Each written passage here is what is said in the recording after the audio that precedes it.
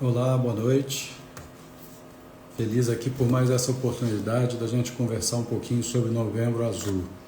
Vou aguardar um minutinho aqui os meus convidados a entrarem, que é o Dr. Flávio Guimarães e o Dr. Rômulo Maroco, colegas urologistas, para a gente poder iniciar.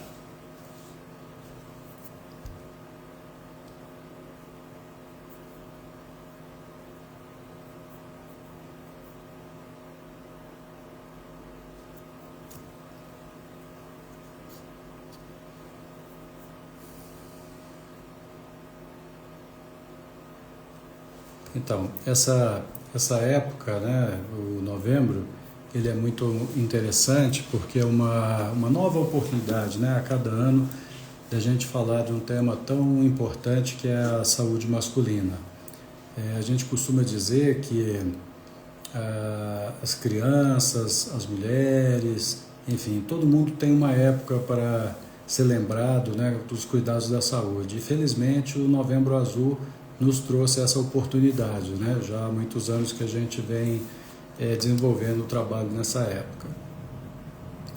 É muito interessante porque esse termo de Novembro Azul surgiu já há algumas décadas, desde a década de 90, na Austrália, e forçadamente para que os homens se lembrassem da importância de se cuidar, né?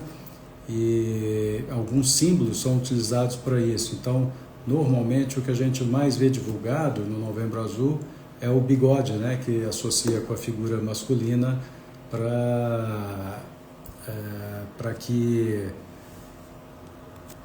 Deixa eu só.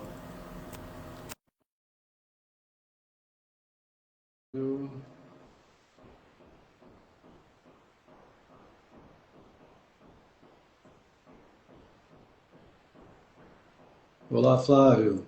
Boa noite. Boa noite, Fernanda. Tudo bom? Tudo bem? Tudo tranquilo. Maravilha. Vamos ver aqui o doutor Rômulo, se já está no.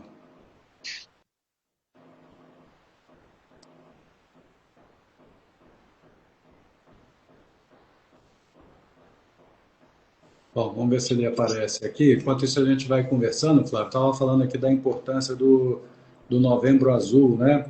E todo ano a gente tem essa oportunidade aí para falar um pouquinho sobre a saúde masculina. Claro que o tema principal ainda é a próstata e o câncer de próstata, né? Mas a gente sabe que o cuidado masculino é bem mais abrangente. E então a gente vai tecer aqui um pouquinho alguns comentários sobre isso. Me fale um pouquinho do que você pensa sobre isso, como é que você vê essa oportunidade no Novembro Azul. Vamos trocando aqui umas figurinhas enquanto o Romulo entra. Eu acho que a gente teve a oportunidade de ver as primeiras edições do Novembro Azul, né, Fernanda? Isso. E eu acho que foi de uma importância ímpar aí para a conscientização, né, do homem. A gente sempre ouvia falar: a mulher se cuida, o homem não se cuida, o homem vai ao médico só quando a mulher carrega ele, né? E a gente vem, ao longo do tempo, vendo que está começando a ter uma conscientização um pouco maior do homem em relação à sua saúde, baseado até em dados da mídia que mostram que a expectativa de vida do homem é menor do que a da mulher, muito relacionado com o fato de se cuidar, né, principalmente a partir dos 50 anos, né? Perfeito. E eu acho que essa atitude mundial em relação à conscientização, à criação do Novembro Azul aí foi importante para. A gente sabe que ainda está longe de chegar no ideal, mas a gente já vê uma conscientização maior, né?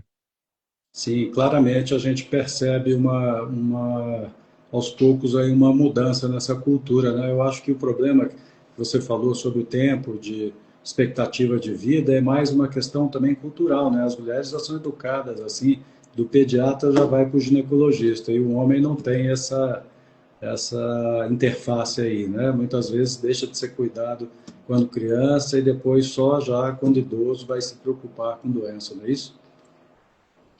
É, o,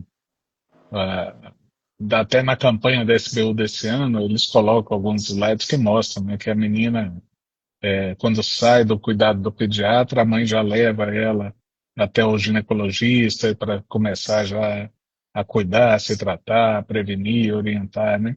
Enquanto que o homem fica um pouco largado e acaba sendo doutrinado que deve procurar só quando tiver sintomas, né?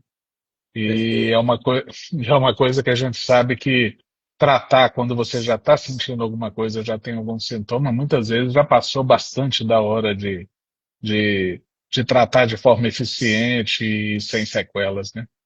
Perfeito. E você, Flávio, como especialista em urologia, o que que você tem a percepção? Os diagnósticos aumentaram? Ou você acha que a gente está investigando mais, a gente está tendo mais oportunidade? Me fala um pouquinho sobre isso. Olha, hoje em dia a gente tem ferramentas muito boas na detecção, falando especificamente da parte de câncer, né? O câncer mais comum do homem, que é o de próstata, né? A gente tem ferramentas muito melhores para detecção precoce do que já tivemos, né? Ao mesmo tempo a gente tem um entendimento muito melhor da doença, né? A gente sabe qual doença deve ser pesquisada, qual doença deve ser tratada, qual doença deve ser acompanhada. Hoje em dia a gente tem muitas ferramentas, estudos através de biópsia, de exame de imagem e até de avaliação genética para dar digamos assim, a melhor evolução para o homem em relação à sua doença quando ele tem. Mas ainda o maior fator mais importante é a detecção precoce. Sempre que a detecção é tardia, todos os tratamentos e todas as respostas a esses tratamentos vão ser piores, né? Verdade. Muito bem. Assim, via de regra, como é que você recomendaria, Flávio? Como é que são as recomendações aí das sociedades de especialidades, né? Quer dizer, é preciso esperar ter algum sintoma a partir de uma certa idade, há alguns fatores de risco, como familiar. Queria que você comentasse um pouquinho sobre essas questões, porque a gente é muito questionado sobre isso, né, no consultório, no dia a dia. De uma forma geral, o câncer de próstata é um câncer que aparece mais com o envelhecimento, né? Então, se a gente fosse colocar de forma genérica, a partir dos 50 anos, todo homem teria que começar a fazer avaliação. Mas a gente sabe que existem fatores que indicam que essa avaliação deve começar antes, em relação à próstata, não em relação à saúde geral do homem, é sempre necessário ter um acompanhamento, né? Mas em relação à próstata, a gente sabe que fatores genéticos relacionados a pacientes que têm uma história familiar grande de tumores de próstata, tumores de pâncreas e principalmente tumores de próstata em mulheres na família com tumores de mama, tem uma chance de ter doenças mais agressivas e um perfil genético para desenvolver a doença mais precoce. Então, pacientes que têm esse histórico, pacientes de raça negra, pacientes que possuem familiares diretos com tumores relacionados aí à próstata e mama, eles devem começar antes dos 50 anos essa avaliação, né? Talvez até algumas vezes começar a fazer uma avaliação mais genérica a partir dos 40, 45 anos. Muito bem. Eu acho interessante, você comentou sobre o início aí, e acaba que o urologista também acaba sendo uma oportunidade que o paciente tem de se cuidar da saúde em geral, né? Quer dizer, Uhum. eventualmente o paciente vai buscar o urologista para saber sobre a próstata, mas ele não tem tantos cuidados assim com a saúde, eventualmente já tem até uma hipertensão arterial, um diabetes, enfim, eu gosto sempre de comentar um pouquinho sobre isso. Então, eu acho que o urologista acaba sendo realmente o médico do homem, né? Se não para tratar todas as patologias em detalhes, mas para fazer uma boa triagem e talvez até alguns encaminhamentos para especialistas como endocrinologista, cardiologista, geriatra, né? Por que não? E eu acho que isso é uma boa oportunidade. Eu tenho conversado bastante com os pacientes sobre isso, e isso é muito bom e eu acho que é muito interessante. Ainda sobre próstata e sobre câncer, do ponto de vista de diagnóstico, né? A gente tem assim alguns dados novos, as coisas mudaram. O que você pensa do exame físico, do exame de toque? Isso também é outra coisa que se fala muito, né? Aqui e ali a gente vê algumas iniciativas de querer se acabar com o exame de toque. Eu tenho minha opinião pessoal, a gente vai falar um pouquinho sobre isso, mas eu gostaria que você comentasse como é que você vê esses diagnósticos hoje em dia. Hoje em dia a gente tem ferramentas muito boas para o diagnóstico, mas a gente, quando fala em câncer de próstata, a gente tem que lembrar que a gente está falando de uma população enorme, 50% da população mundial, que são os homens, vão precisar passar por um screening. E aí a gente tem já estudos mostrando que, em relação a custo-benefício, a nível populacional, os melhores exames seriam o exame de sangue, que é um exame feito, chama PSA, que é um antígeno prostático específico, e o exame físico do toque. Ele não é o mais preciso, mas quando somados os dois, eles têm uma taxa que passa dos 90% de detecção de tumores. Quando você faz só o PSA, você pode ter até 20% de perda aí do diagnóstico. Quando faz os dois juntos, isso aí sobe para menos de 10% de erro. A gente tem outras ferramentas, quando existe dúvida, quando pacientes que têm um perfil ah, de risco maior que a gente pode utilizar, principalmente exames de imagem como a ressonância e, no final, no caso de uma dúvida, até a biópsia da próstata, né? Mas eu acho que ainda a relação custo-benefício melhor é o exame de sangue associado ao exame físico, que é o toque. Que a gente sabe que ainda tem muito preconceito, né? Mas a grande maioria dos pacientes que realiza fala, não, doutor, é uma bobagem para cuidar da minha saúde, para minha longevidade, isso aqui não é nada. O que você Perfeito. acha? Eu concordo com você. O Romulo, boa noite, seja bem-vindo aí. Desculpa aí, eu acho que ainda estou começando aqui nas lives, eu talvez não tenha aceitado a sua entrada aí mais precocemente, você me perdoe por isso. Mas a gente estava trocando aqui umas figurinhas, falando um pouquinho, né? Invariavelmente o tema caminha um pouco para o lado da próstata e do câncer, né? De próstata. O Flávio falou um pouquinho das oportunidades que a gente tem como médico de orientar os pacientes em questões de saúde e fazer o próprio rastreio, né, da doença, do câncer de próstata. Falamos também um pouquinho sobre exames complementares. Eu queria que você desse um panorama também de qual é a sua impressão sobre isso, se a doença tem sido mais comum, se você ainda utiliza o exame do toque, você acha que isso é importante. Fala um pouquinho para a gente, por favor. Obrigado, Fernando. Olá, Flávio, Fernando. Olá a todos. Eu também tenho alguma dificuldade com a tecnologia aí, atrasei um pouco para entrar, vocês desculpem, viu? Mas é um prazer poder estar aqui, para a gente falar nesse momento oportuno, né, que a gente está vivendo, que a gente foi uma luta grande das sociedades relacionadas à saúde masculina, de especialidades médicas e também da sociedade civil. Hoje é um movimento autônomo, né? A própria sociedade já busca estimular, trazer mais informações, se falar cada vez mais sobre saúde do homem. E então esse mês do Novembro Azul é uma oportunidade muito grande e a gente não poderia deixar de participar, né? O tema principal é a doença prostática, né? As doenças prostáticas, né? A gente fala do câncer de próstata, mas tem, obviamente, a gente tem que lembrar das outras doenças, a hiperplasia benigna, que é muito mais comum até, e os processos inflamatórios, que são, infelizmente, frequentes, né? As prostatites, né? Mas seja uma forma ou outra do problema, eu acho que ainda é uma oportunidade importante que o homem tem na sua história pessoal de saúde, quando ele chega aí próximo dos 40 anos em diante, que ele sabe que tem que fazer uma avaliação no que diz respeito à próstata. E eu acho que esse é um momento muito importante que a gente deve aproveitar, né, todos os profissionais de saúde das diversas áreas, né, envolvidas com a saúde masculina, para reforçar que, primeiro, aquilo que ele está fazendo é uma atitude muito positiva, né? ele está, até antes de ter algum problema ou algum sintoma, ele já está procurando se prevenir, se informar, se educar mais sobre saúde, né?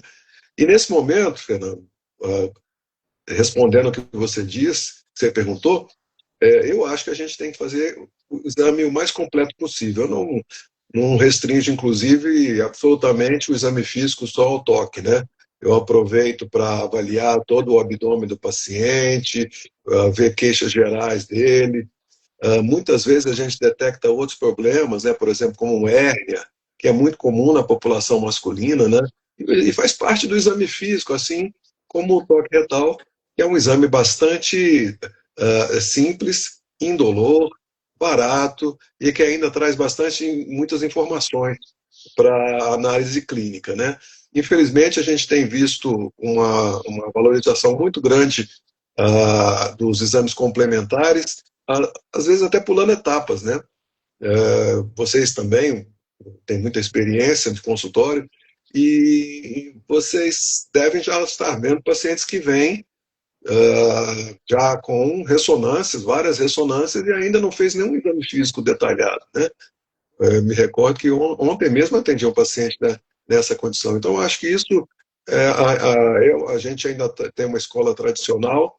Eu acho que a gente tem que começar pela história clínica do paciente, pela história familiar, exame físico, depois os exames complementares. Isso vai ajudando no raciocínio diagnóstico. Mas quero reforçar que eu acho que nós estamos num momento muito, muito bom, que é da procura da sociedade, para valorizar a saúde masculina. Perfeito. O Flávio, ainda sobre a questão da próstata, quer dizer, todo paciente que tem um sintoma urinário ou eventualmente até já fez um PSA alterado, isso já indica necessariamente uma doença, quer dizer, é importante ele tendo o PSA alterado ou antes até uma sintomatologia, uma dificuldade para urinar, uma alteração da forma como urina, isso é importante que ele busque saber se está tudo bem com ele quando manifesta esses sinais e sintomas? Né, é importante, como o Rômulo até falou, né? Muitas vezes as patologias até benignas, não tumor da próstata, são mais comuns que o tumor, né? Então, alterações para urinar, que muitas vezes o paciente considera, isso é coisa da idade, comecei a ir mais ao banheiro, comecei a ter umas urgências, ter que ficar procurando banheiro em todo lugar que eu vou, comecei a ter que ficar muito tempo no banheiro, porque sinto que não esvazio completamente, goteja muito no final. E todos esses são sintomas que podem estar relacionados com o envelhecimento, mas também, principalmente no homem, com a hiperplasia benigna, o aumento benigno da próstata. E a gente sabe, né, Rômulo, que quanto mais precoce a gente detecta e começa a tratar isso, muitas vezes a gente evita procedimentos mais invasivos e consegue resultados melhores ainda com próstatas não tão desenvolvidas, não tão grandes. Além disso, às vezes, meu PSA subiu, eu estou fazendo um check-up lá e tal, pode não ser tumor, muitas vezes é uma inflamação, é infecção, é prostatite, é só hiperplasia benigna, e aí a avaliação do especialista e a enorme gama de exames que a gente tem hoje em dia e a experiência do médico vão fazer diferença, né? Eu até queria fazer uma pergunta para o Rômulo aí. Posso, Fernando? Sim, Ah, à vontade. tem uma relação, você é um dos pioneiros aqui no estado em falar sobre saúde do homem, sobre uma avaliação mais global da saúde masculina, né? E isso é uma coisa que leva muita importância, porque muitas vezes queixas que levam eles até a gente acabam fazendo com que nós encaminhamos eles para tratamento de coisas muito mais graves, né? Tem uma relação muito grande sobre alterações de função sexual, de função erétil e desenvolvimento de doenças cardiovasculares no futuro. Como é que você faz essa abordagem? Você já falou que examina o abdômen, você avalia a síndrome metabólica. Qual a importância disso aí para você acha na avaliação do homem?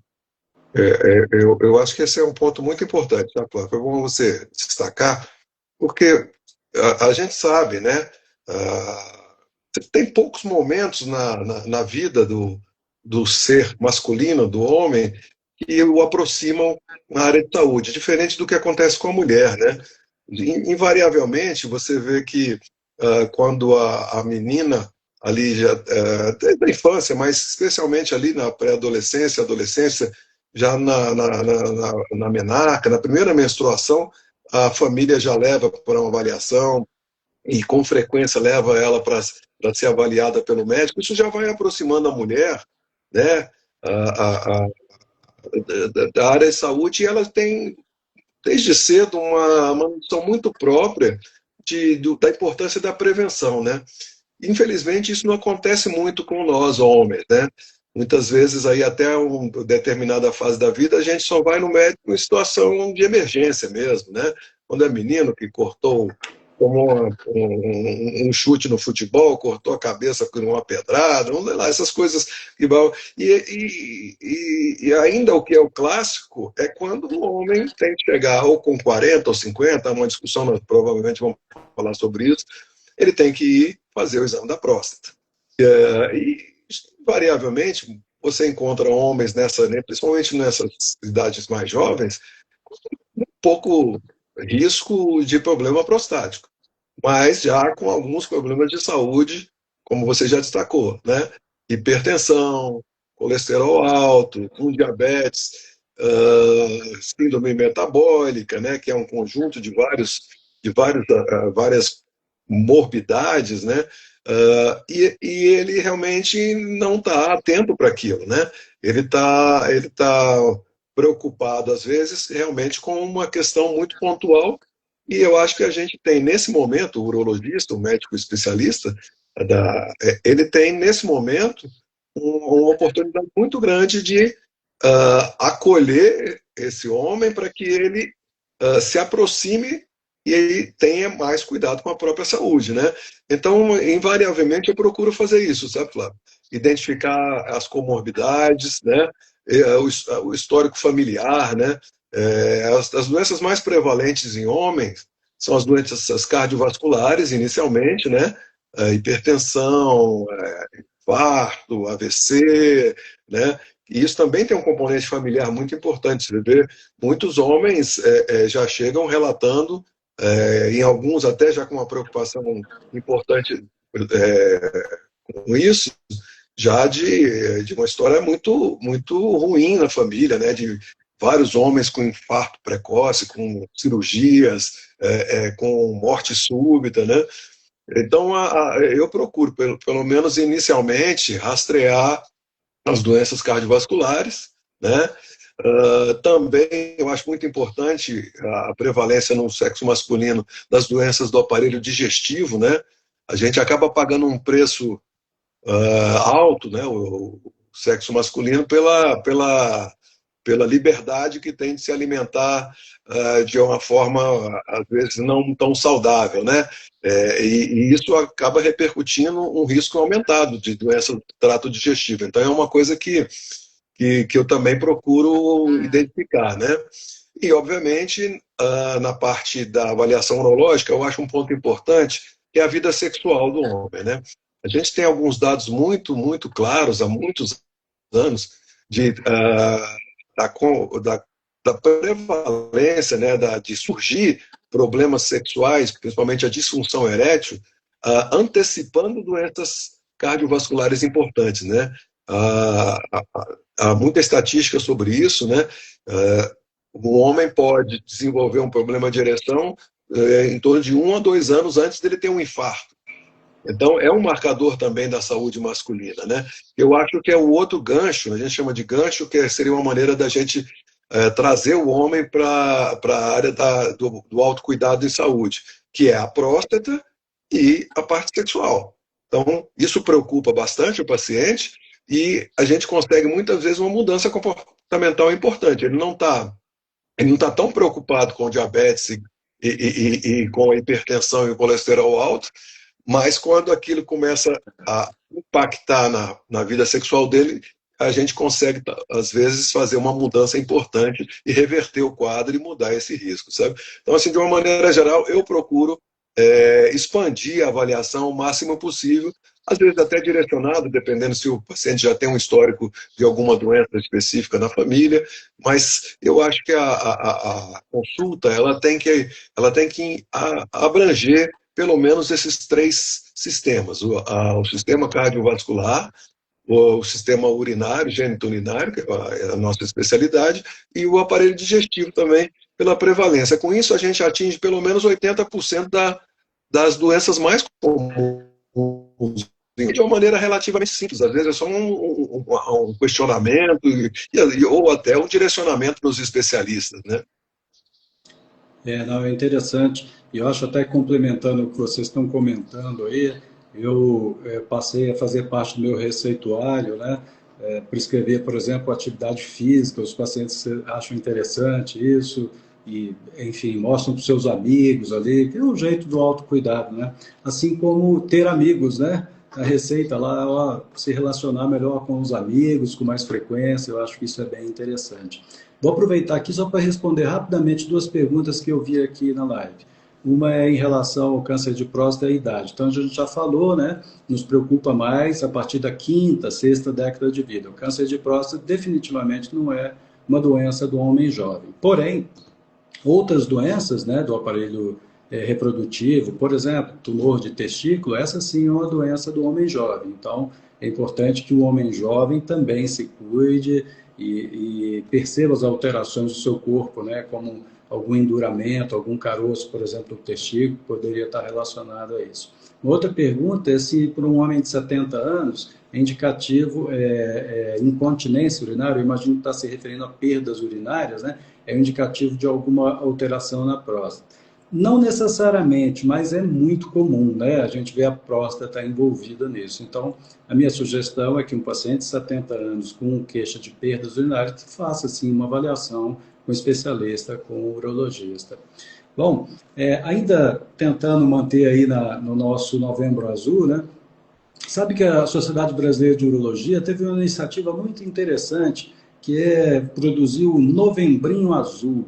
É muito interessante, que é exatamente para tentar, nos pacientes mais jovens, ainda crianças, quem sabe, né, ter essa preocupação de ser avaliado, né, patologias, por exemplo, como dilatação das veias, do testículo, que a gente conhece como varicocele, que podem ter alguma repercussão, né, na vida adulta.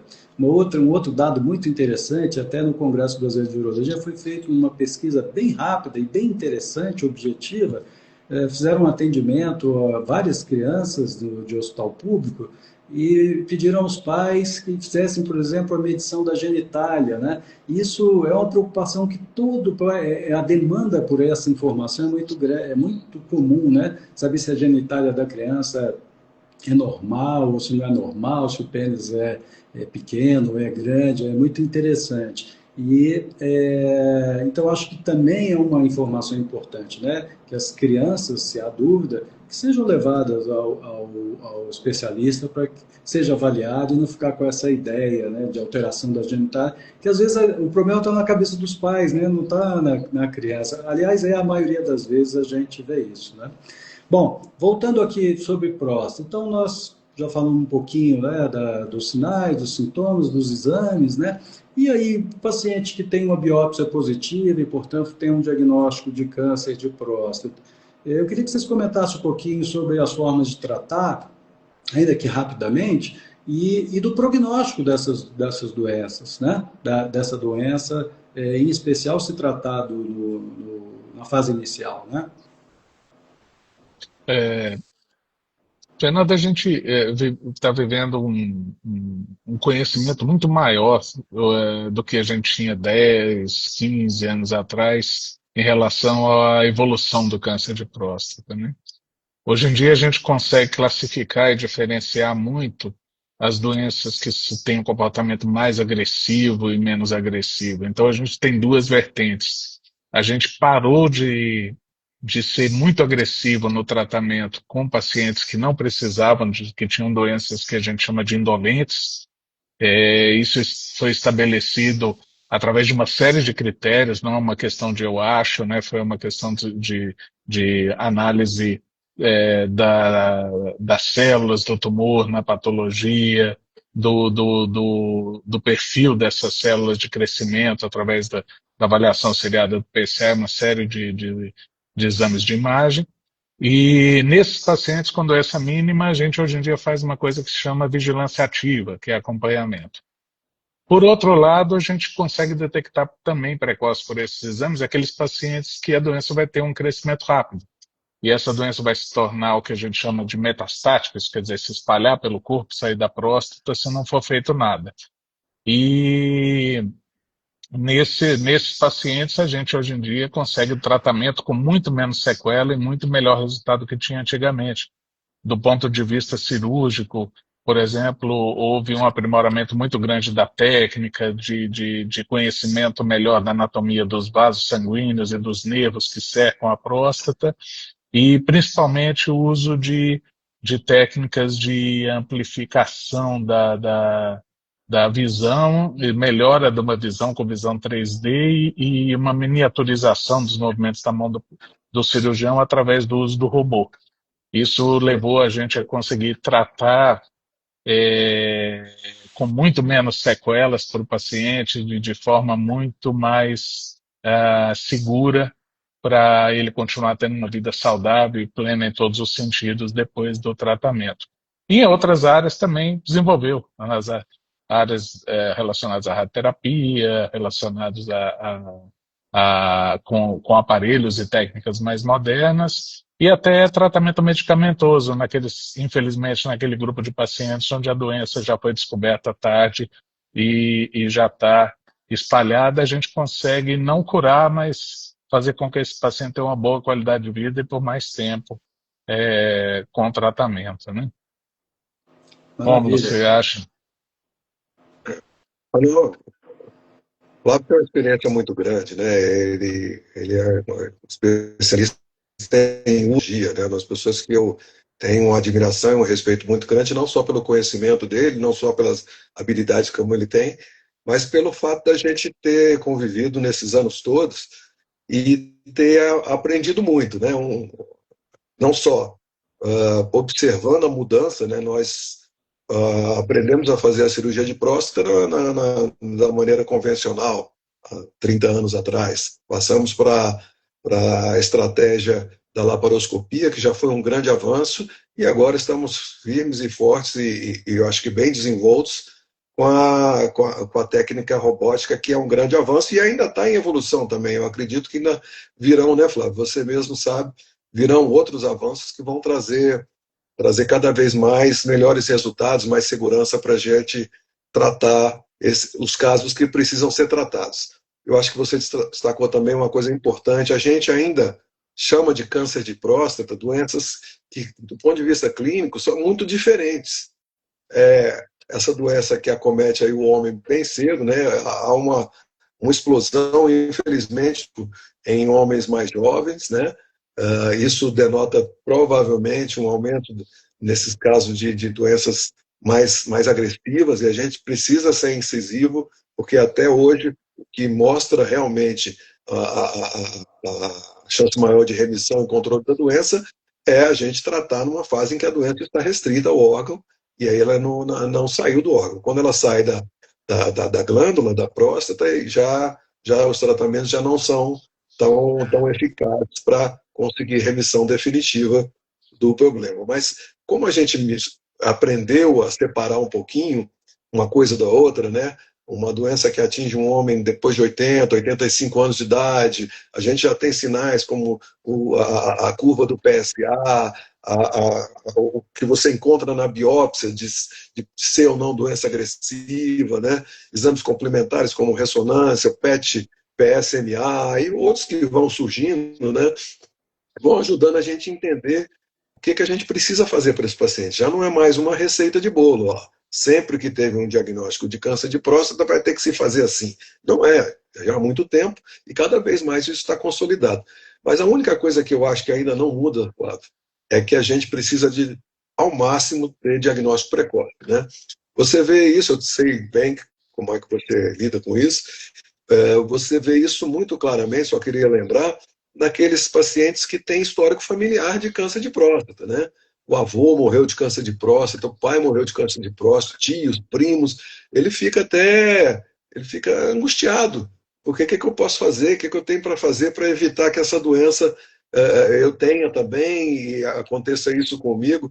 Na verdade, a gente não tem nada assim comprovadamente eficaz para que o paciente não desenvolva câncer de próstata.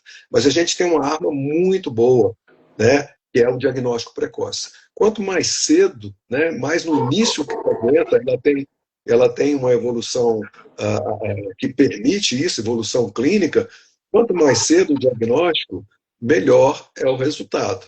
Não só do ponto de vista de controle da doença, mas também de minimizar as repercussões dos tratamentos. Então, o que a gente.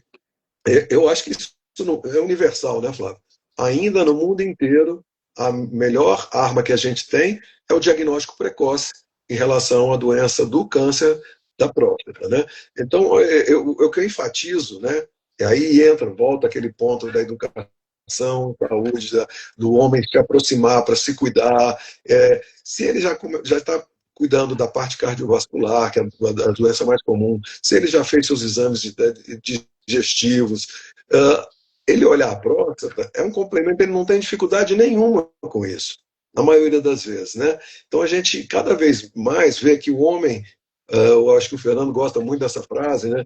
O homem inteligente é aquele que se cuida, Isso. né? E que quer continuar aproveitando a vida, né? Se beneficiando da vida, né? Porque infelizmente a doença prostática, seja benigna ou câncer de próstata, atinge um homem, né, já na segunda metade da vida em diante, né? Quando ele já está começando a aproveitar daquilo que ele construiu, né? Do que ele vai desfrutar das conquistas que ele teve, e aí surge uma doença. Então, nesse momento, se a gente tem já previamente um histórico do paciente, se ele está fazendo os exames regularmente, uma pequena variação de PSA, né, ou no exame físico, ou qualquer outro exame, já facilita muito aumenta a chance da gente ter um diagnóstico precoce, que é o que a gente pode realmente fazer pelo paciente, né? Em outras áreas semelhantes, como por exemplo na área da mastologia, já se fala até em cirurgias, né? Vários casos ficaram muito famosos em se retirar a mama até antes de ter doença. Isso absolutamente não é uma verdade para a doença prostática, né? Mas é verdade absoluta, né? Como para muitas doenças, que quanto mais cedo o diagnóstico ocorrer, melhor o resultado e menores são as chances de problemas ligados aos tratamentos, né? Eu acho, só para complementar a opinião de vocês, é que ainda, né, que o tratamento possa trazer algumas sequelas, elas também são tratáveis, né? Isso é uma outra questão. O homem também, ele muitas vezes, ele se coloca numa posição, bom, eu não vou fazer exame com medo de achar algum problema. E aí a consequência, né, as sequelas do tratamento. Então, sim, os tratamentos modernos melhoraram muito, né? Minimizaram essas sequelas, mas ainda que elas ocorram, o urologista tem muito por fazer por esses pacientes, né, como tratamento da disfunção erétil e questões relacionadas também à continência urinária. Muito bem.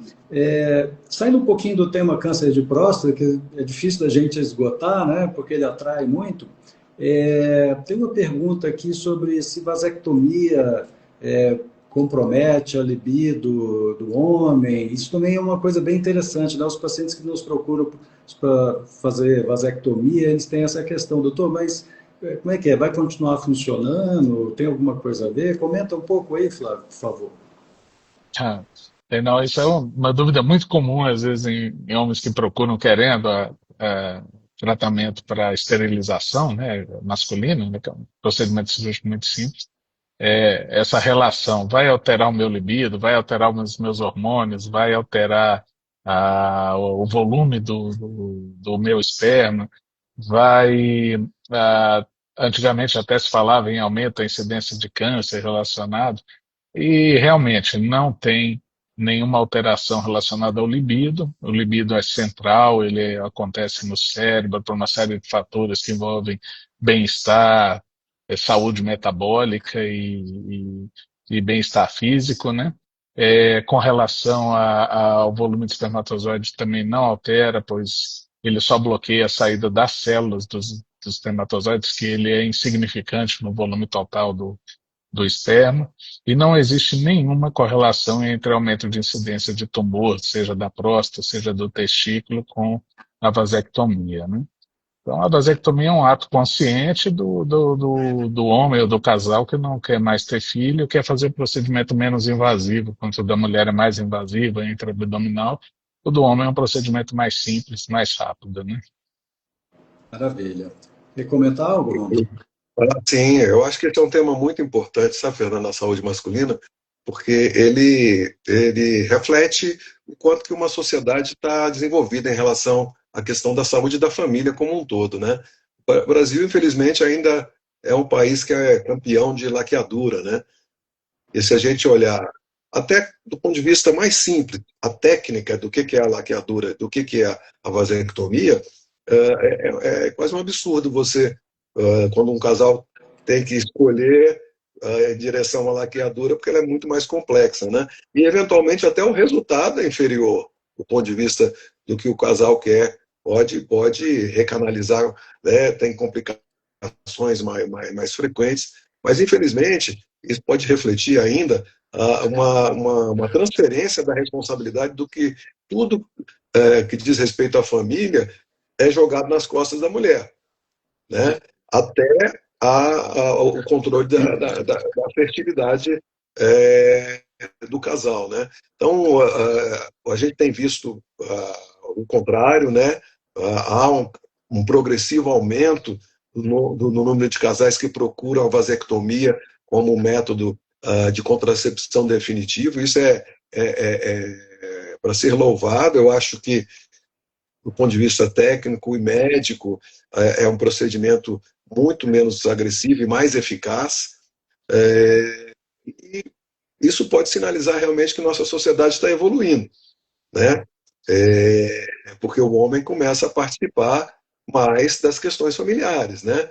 Não só do ponto de vista de participar da educação dos filhos, participar nas questões da programação familiar, mas também na saúde da família e na questão até econômica, né? O número de filhos reflete muito também na condição socioeconômica da família, né? Eu acho isso muito importante, sabe, Fernando? A gente tem, não só como especialista, mas os médicos, de uma maneira geral, devem, né, os profissionais de saúde devem destacar isso, né? É um procedimento feito ambulatorialmente, muitas vezes com anestesia local, no máximo uma sedação, a recuperação é rápida, não tem sequelas importantes, o risco de problemas, esses que são quase verdadeiras lendas urbanas, né? Disfunção erétil, que vai engordar muito, que vai perder o interesse sexual, que vai... Outro dia eu atendi um paciente que ele estava brincando, depois da cirurgia, ele brinca. Teve um amigo meu que falou que eu ia começar a falar fino depois da vasectomia, né? Chorar em novela. Então, essas coisas que são, na verdade, algumas brincadeiras mesmo, mas que a gente que tem já uma experiência clínica grande, é que absolutamente isso não existe, né? Eu acho que o que impacta, aliás, impacta, na verdade, em muitos casos eu vi, impactar muito favoravelmente na vida sexual do casal, porque descarta totalmente, né? Claro, depois, né? Lembrando que quando se faz uma vasectomia, você tem que esperar um tempo para fazer a análise do espermograma. Quando o espermograma vier sem sinais de espermatozoide residual, aí o casal está liberado para ter a relação sem nenhum método contraceptivo, né? Mas que em muitos casos melhora bastante a vida sexual do casal, porque descarta totalmente a possibilidade de uma gravidez não programada, né? Isso eu tenho vários pacientes, relato de muitos pacientes, falando: doutor, agora estou bem mais tranquilo, porque eu estava começando até a ter problema e interesse sexual já estou lá com não sei quantos filhos, a nossa situação está difícil, e depois da vasectomia a nossa vida sexual melhorou bastante, né? Também como um voto, né, que a mulher recebe do investimento que o homem está fazendo na família, né? Eu acho que isso é muito interessante. Perfeito. Bom, a gente já está com um tempinho aí em andamento, mas tem um outro tópico que também diz respeito à saúde masculina e, em contrapartida, feminina. Flávio, comenta um pouquinho sobre vacinas, né? Vamos começar lá. A gente pode falar um pouco da vacina para HPV ali nos pré-adolescentes, até em vacina para herpes zoster, né? No idoso. Fala um pouquinho assim, de uma forma objetiva, como é que a gente conduz isso? É, eu acho que o desenvolvimento da vacina do HPV foi inicialmente idealizado mais para as mulheres, né, principalmente como uma ferramenta muito importante para a redução da incidência de câncer genital em geral, tanto de vulva quanto de colo de útero, né? E realmente ela se mostrou extremamente eficaz nisso, principalmente quando aplicada ainda na infância, antes do início da vida sexual. Pois o HPV, o vírus do HPV, ele tem uma correlação, não é que todo tumor seja relacionado a ele, mas de aumento da incidência, a somatória com outros fatores que aumentam a incidência dos tumores nessa região. E para o homem, ele acaba tendo também uma importância, né? ah, por um tumor que é um pouco mais raro, mas que tem um impacto tanto psicológico quanto social na vida do homem muito grande, que são os tumores de pênis, né?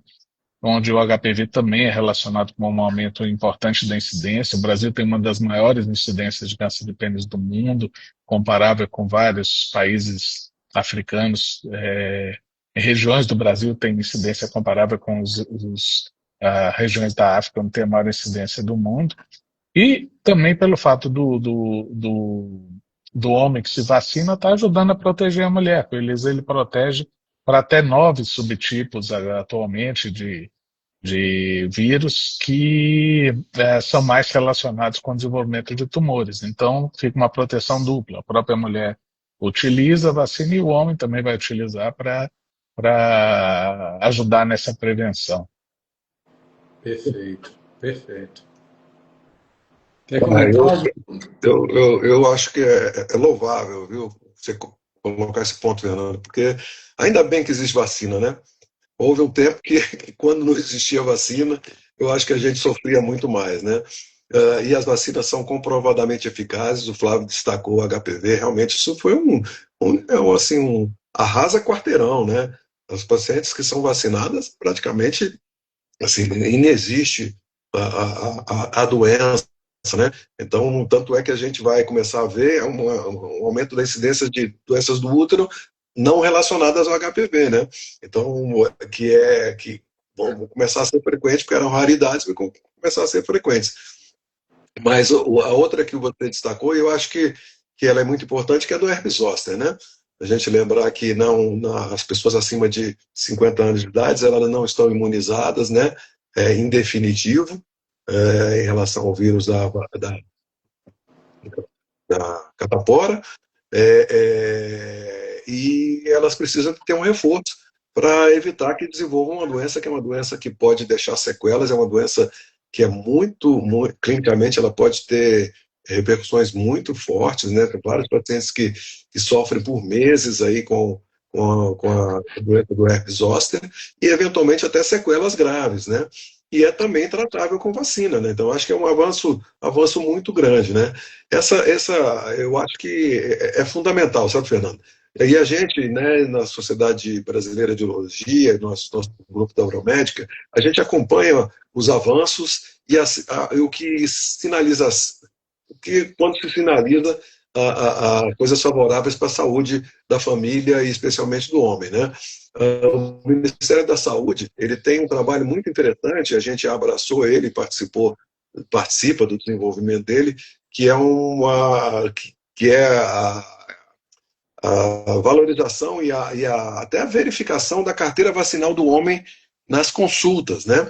E começa com o reforço para que quando a parceira, a esposa, está grávida, quando ela vai fazer o pré-natal, o homem também faça, né? A gente chama de pré-natal masculino, ou pré-natal do homem. E uma das coisas mais importantes aí, além de identificar doenças como hipertensão, colesterol alto, diabetes, é você ver como é que está a vacinação desse homem, né? Vacinação em algumas situações com hepatite, mas HPV, e dependendo da faixa etária, outras doenças também, né? de doenças sexualmente transmissíveis e outras, né? Então, a gente, como especialista, tem que estar sempre, eu acho, reforçando que também o homem precisa ter atenção para a vacinação, né? A gente vê casos catastróficos aí, a Covid foi um exemplo disso, né? De pessoas se negarem a vacinar, até colegas médicos, infelizmente, tiveram desfecho fatal, né? Então, eu louvo a vacina, sabe, Fernando? E eu procuro fortalecer isso junto a todos, especialmente aos nossos pacientes. Maravilha. É, Eu também. Pode falar. não, isso é importante, até porque o homem, a partir dos 50, ele acompanha muito com o urologista, né?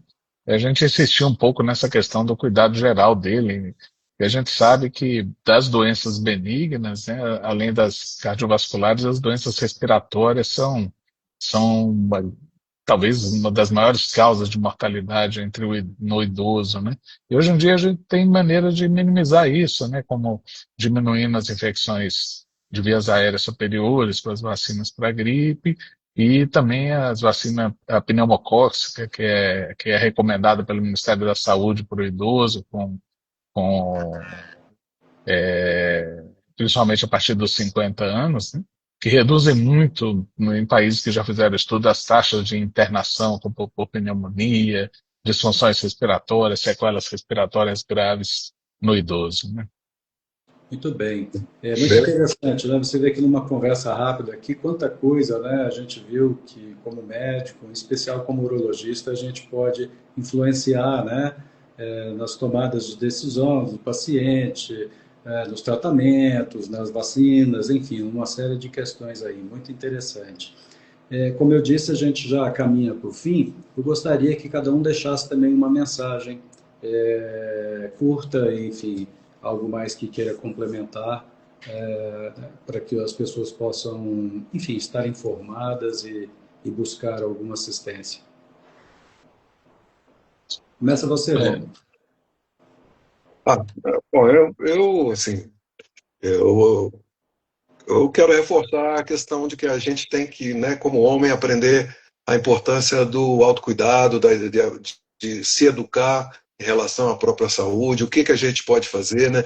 Infelizmente, ainda é comum, geralmente são homens mais idosos, quando a gente atende paciente, você pergunta quais os remédios o senhor está tomando? Aí ele vira para a esposa, quais os remédios que eu estou tomando? Quer dizer, ele transfere até um autocuidado básico, ele não sabe o nome do remédio, que ele está tomando, né? Transfere totalmente isso para a esposa. Vocês sabem disso, eu tenho certeza que vocês têm pacientes que são assim também, geralmente são homens mais velhos.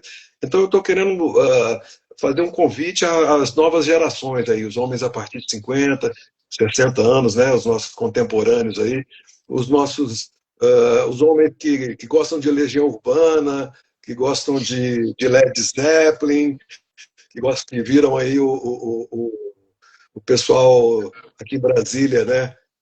Os concertos cabeça, que viram, no meu caso, né, que viu o Pelé jogar, né, viu o Rivelino, e esse nossos contemporâneos, que eles acordem para isso, né? Porque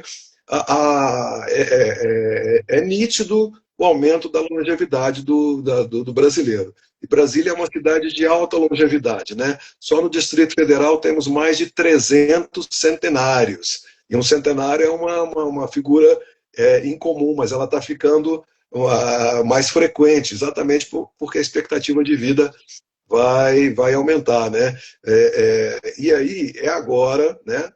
O pessoal do Legião, do Led Zeppelin, que viu, no caso do Galo, o Reinaldo jogar, né, na show de bola, isso é para provocar os flamenguistas e cruzeirenses, né? Que ele aprenda sobre isso, porque é agora, nessa fase, entre 50 e 60 anos, que a gente consegue fazer mudanças importantes no nosso comportamento com alimentação, com cuidado com saúde, nas nossas relações, para a gente prevenir doenças que vão começar a ficar muito frequentes daqui para frente, entendeu? Outro dia eu estava conversando tanto com você, quanto com o Fernando, a gente junto, trabalhando, o quanto que quando a gente começou há 35 anos atrás, mais ou menos, a gente praticamente todo mundo que a gente tratava era gente mais velha que a gente, né? Hoje nós estamos tratando muitos da nossa idade e até mais novos, né? A gente está vendo, não só como profissional, mas também como seres humanos, a prevalência dos problemas, né? E a capacidade que a gente tem também ao ter atitudes preventivas, diminuir muito o risco disso, né? Para que a gente possa aproveitar e mudar uma estatística muito ruim, que ainda no Brasil é muito grande, que pelo menos há no mínimo uma diferença de expectativa de vida entre homem e mulher no Brasil. As mulheres estão passando aí em média de 82, 83 anos, dos homens ainda com 76, 77, praticamente quase 7 anos, né? E aí, assim, do ponto de vista biológico, a gente não tem uma explicação muito clara sobre isso. Provavelmente tem uma questão comportamental ligada à cultura do homem e como ele identifica o autocuidado em saúde, né? Não é absolutamente, né, uma coisa negativa, pelo contrário, é um investimento que a gente faz para viver bem em qualidade muito superior nos próximos 20, se tudo der certo, 30 anos, né? Então, Maravilha. faço minhas as palavras do Rômulo, eu acho que é isso mesmo, né? A gente na década de 60, até a década de 60 se preparava para viver até os 60 e poucos anos. Hoje em dia a gente tem que se preparar a todos entrarmos na faixa dos octogenários e até mais, né? E eu realmente eu sou um dos que acredita que é muito mais uma questão de cuidado e estilo de vida, essa diferença de longevidade entre homem e entre a mulher, da mulher em relação ao homem, do que em si algum fator genético específico. Eu acho que o homem tem que aprender a se cuidar mais e começar a pensar como é que eu quero estar daqui 20, 30 anos, né, depois dos 50, que é uma coisa que antigamente a gente não pensava, né? Perfeito, perfeito. Eu acho que a mensagem final que eu gostaria de dizer é exatamente essa, né? Que a gente não espere o novembro azul do ano que vem. Vamos cuidar da saúde ainda esse ano, ainda temos um tempo bom para isso. Bom, foi um prazer, viu? Eu acho que a gente foi bem abrangente, a gente falou de várias patologias, e mais do que isso, né, falando de tópicos extremamente importantes, como políticas públicas de saúde masculina e da importância, né, que o homem tem que se dedicar ao cuidado da sua saúde. O quão é importante a família, em especial a companheira, a esposa, a noiva, a namorada, de incentivar, né, que os homens busquem assistência e informação, né? É isso. Muito obrigado, uma boa noite e um bom feriado para todos. Obrigado. Até logo, obrigado a todos. Tchau, tchau.